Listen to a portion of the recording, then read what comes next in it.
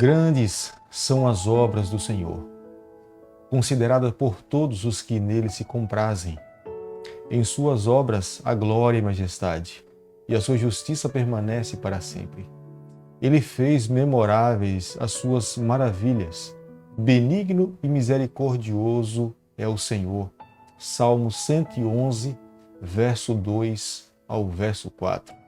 Seja muito bem-vindo. Estamos felizes porque mais um dia o Senhor nos presenteia. Queremos agradecer a Deus pela proteção da noite. E nesse novo dia nós queremos, nesse momento, dedicar essas primeiras horas para a nossa adoração, a nossa primeira audiência, o nosso primeiro encontro com o nosso Criador. Queremos colocar a nossa vida nas suas mãos e permitir que Ele nos guie por completo. Já somos abençoados agora pela manhã, pelas palavras do salmista Davi, Salmo 111, ao verso 2 ao verso 4, onde ele diz: Grandes são as obras do Senhor, considerada por todos que nele se comprazem. Em suas obras e majestade a sua justiça permanece para sempre.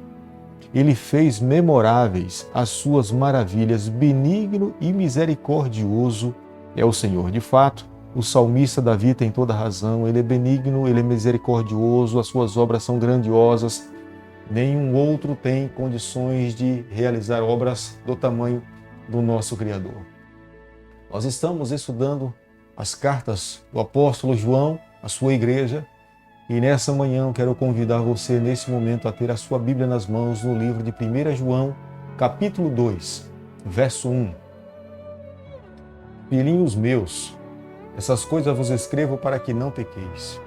Todavia, se alguém pecar, temos o advogado junto ao Pai, Jesus Cristo, o justo. Aqui estão as palavras de um homem que era conhecido como filho do trovão.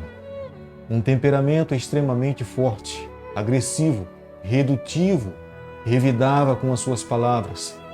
Mas após ser entregue completamente nas mãos do poder do Espírito Santo, João se torna o discípulo do amor. Queria ressaltar nesse momento o poder do Evangelho, o poder de Jesus Cristo, o poder da palavra do Senhor. Ele transformou João em uma nova criatura. O antigo João, ríspido, grosso, ofensivo, num ser dócil, amável, e que agora aqui na sua carta ele se refere aos irmãos da igreja, filhinhos meus. Uma postura completamente diferente. O conselho do apóstolo João à sua igreja é levar os seus irmãos a viverem uma vida de fidelidade, congregando dentro da igreja, como sendo o corpo de Jesus Cristo.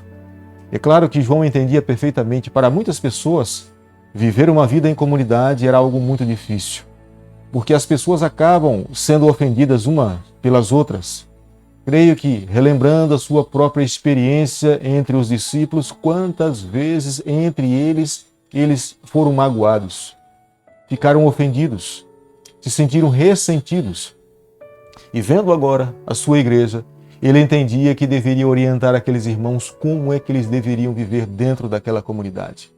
E, na verdade, para muitas pessoas, adorar a Deus em casa, diante de uma televisão, ou da frente, de repente, de um canal no YouTube ou algum outro canal, ele se torna muito mais cômodo, porque não se deparam com pessoas. Mas aqui o apóstolo João está dizendo que uma vida em comunidade é para aqueles que são maduros em Jesus Cristo. Aqueles que estão dentro da igreja, além de terem que conviver com pessoas que possuem temperamento e uma vida muitas vezes completamente diferente da nossa, eles precisam tolerar crianças que acabam chorando dentro da igreja, outros que estão cochilando, algumas pessoas que vão à igreja e acabam conversando dentro da igreja no momento inadequado. Mas o apóstolo João está dizendo uma vida em comunidade. Alguém que vai à igreja, que vai adorar ao Senhor, precisa entender que ele precisa estar maduro em Jesus Cristo. Viver em comunidade é crescimento cristão. Suportar e resistir àqueles que são mais fracos na fé é crescimento em Jesus Cristo. Nós somos amadurecidos. Deus espera que aqueles que estão se preparando para um dia viver com Ele por toda a eternidade consigam viver uma vida em crescimento enquanto se encontram aqui nessa terra.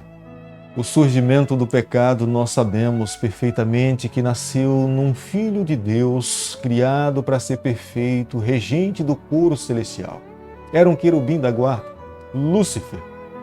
Deus o criou porque, com muito amor e cuidado, gostaria que ele convivesse ao seu lado por toda a eternidade. Mas nós conhecemos a palavra do Senhor.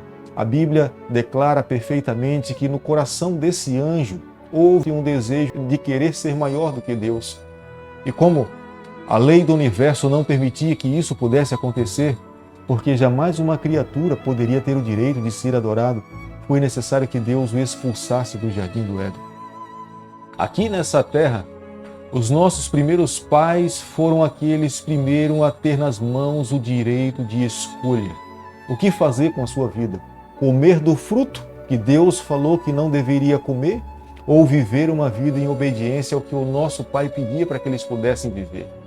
Na verdade, nós conhecemos a história bíblica e sabemos perfeitamente que os nossos primeiros pais acabaram comendo do fruto e, consequentemente, acabaram pagando o preço, as consequências de terem menosprezado a palavra do Senhor. Mas a Bíblia, no livro de João, capítulo 2, o verso 1, ele fala: filhinhos meus, essas coisas vos escrevo para que não pequeis. Se todavia alguém pecar, temos um advogado junto ao Pai, Jesus Cristo justo. João está dizendo, olha, nós não deveríamos nos envolver com o pecado. Todo cristão deveria viver e ter uma vida ilibada longe do pecado. Mas, se todavia, entretanto, nós nos envolvermos com o pecado como resultado de um acidente, tenha certeza, nós temos o nosso advogado Jesus Cristo justo, que cumpriu na cruz do Calvário, pagou o preço, e nós temos então agora o direito de receber a salvação.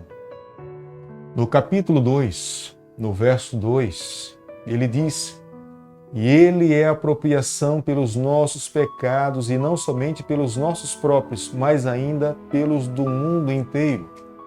João estava dizendo, bom, desde o primeiro Adão até o último Adão, na cruz do Calvário, Jesus Cristo pagou o preço de todos os pecados. Porque pecado é necessário pagar o preço. Não tem como se desculpar do pecado. Não tem como encobrir o pecado. E é por isso que Jesus Cristo veio aqui a essa terra como sendo o Cordeiro de Deus, o Filho de Deus, e na cruz do Calvário ele se entregou para que nós pudéssemos ter o direito da vida eterna. Todo aquele que aceita Jesus Cristo, reconhece a Jesus Cristo como seu Senhor e Salvador da sua vida e vive uma vida de obediência, de fidelidade a Deus, esse tem recebido de Deus o direito do perdão e o cancelamento dos seus pecados e a oportunidade de um dia estar com o Senhor por toda a eternidade.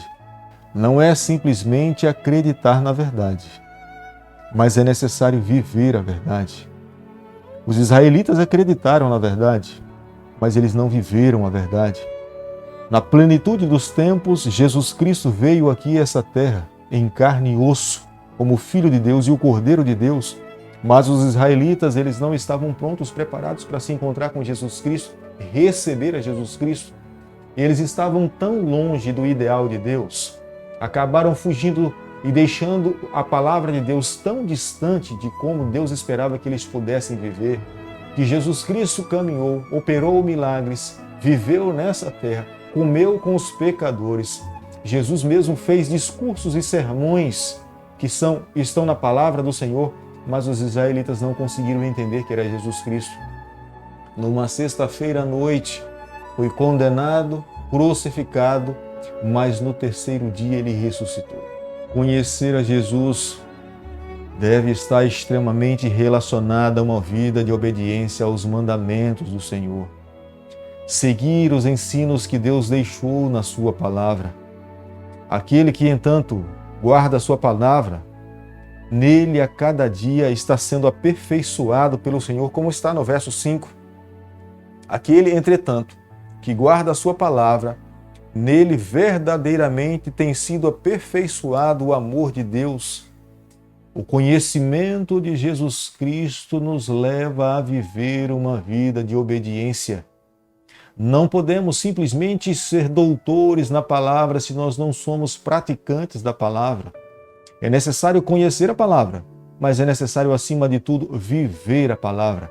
Deixar que a palavra de Deus transpire em nossas vidas, nos nossos atos. Que os nossos lábios profiram as palavras que foram proferidas por Jesus.